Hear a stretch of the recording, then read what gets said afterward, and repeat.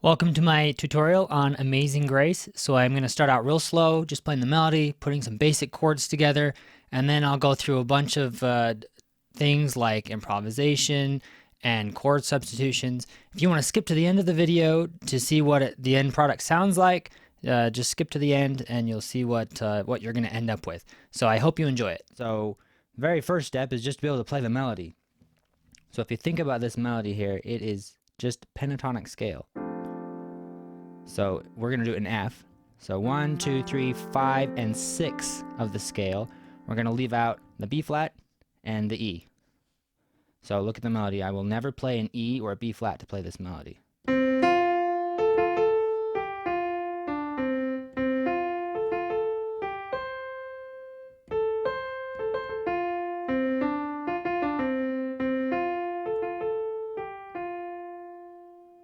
Okay, and the next step is just to put the most simple, just triads in the left hand. So something like this. And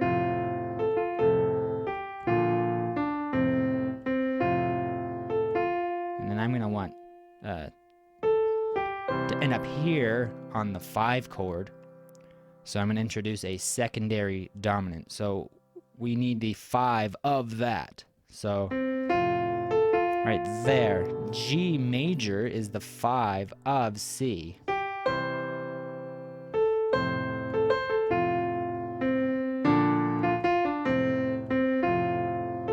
Do the same thing here.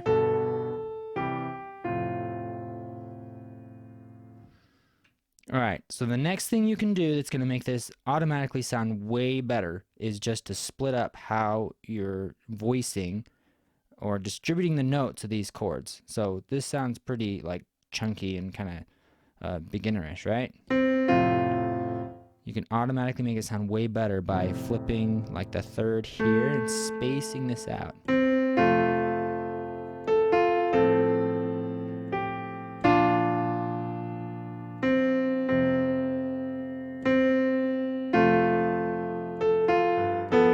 Like that.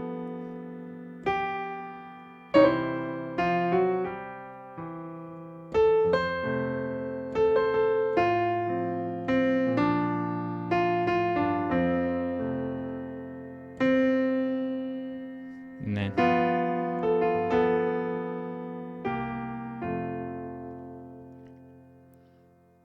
all right, I really wanted to throw in some other chords there, but we'll do that next.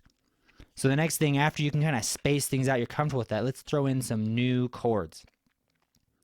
So right from the beginning, I already introduced a secondary dominant earlier. Let's throw in a secondary dominant at the beginning. Right here. This E flat. So normally F doesn't have an E flat, right? It's an E natural. We need that E flat because it comes actually from where we're going, the B flat scale. So it's the 5 of B flat. And again, space it out a little better, so.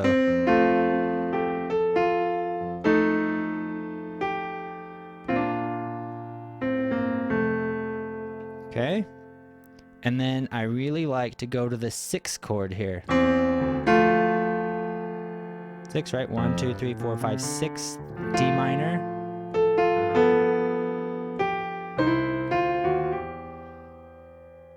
Okay, so anytime you can hook into that circle of fifths, it's going to make for a really nice chord progression. So what I did there was I went 6, 2, 5, 1, which is all circle of fifths, right? 6, 2, 5, 1, going down by fifth. We can go one further. When we go to the 6, we can actually take the 5 of that to get there. Watch. Right here. Why don't we play? Because this is A is the 5 of 6.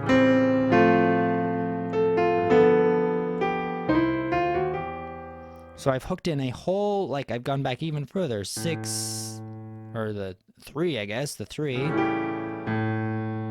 of F.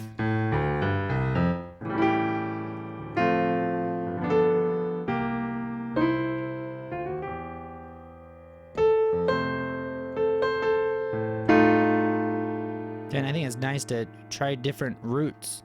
So it's still an F dominant chord. but go up to here instead.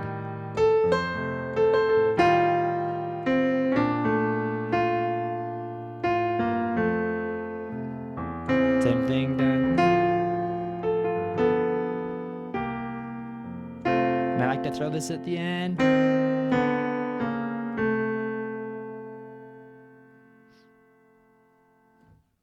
Okay, now let's throw in some sus chords. So I really like these. So usually anytime you can play a dominant chord, you can play some kind of sus chord.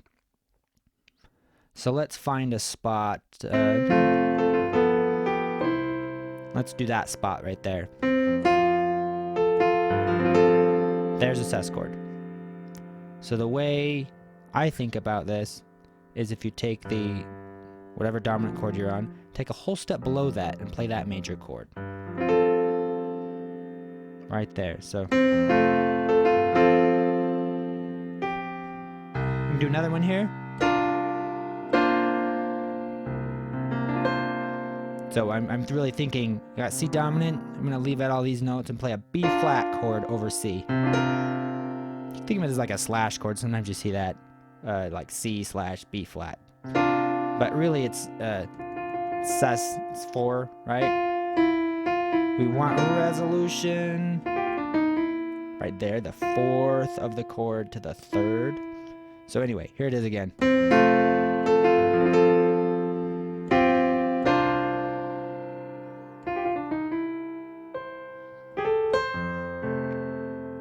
Okay, so you can throw sus chords in there. Let's throw some other substitutions in there. So let's go through, let's go from the beginning. I like to do this chord. Instead of F dominant, let's do A dominant.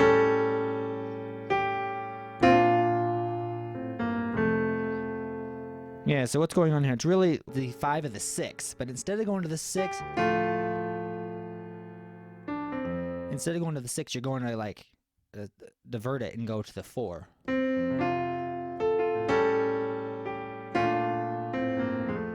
Gives it a nice kind of surprising sound.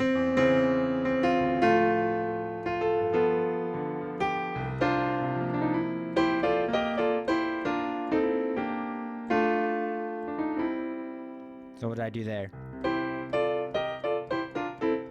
You can go up and down the scale in these inversions. This sounds really square to do it. Right? But if you invert it, it sounds much nicer.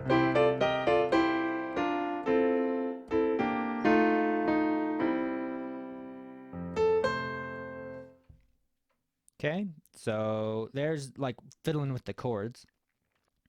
The other thing that you can do, as far as the right hand, since it's a pentatonic melody, you can play anything in the pentatonic scale, and it's going to sound good. So let's go from the beginning.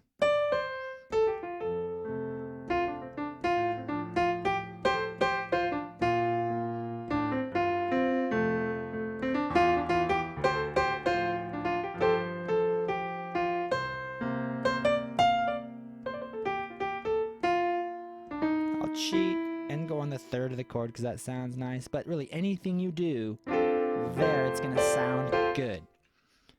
One thing to even spice it up a little further is you can add in the flat 3rd of the chord, or the scale here. 1, 2, 3, add that A flat there.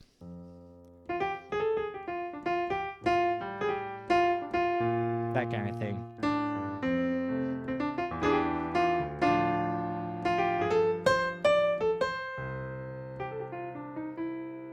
Yeah, so now it's like it sounds legit. Kind of bluesy. And that's pretty much it. If you comfortable with all those things, you're going to get something sounding pretty nice.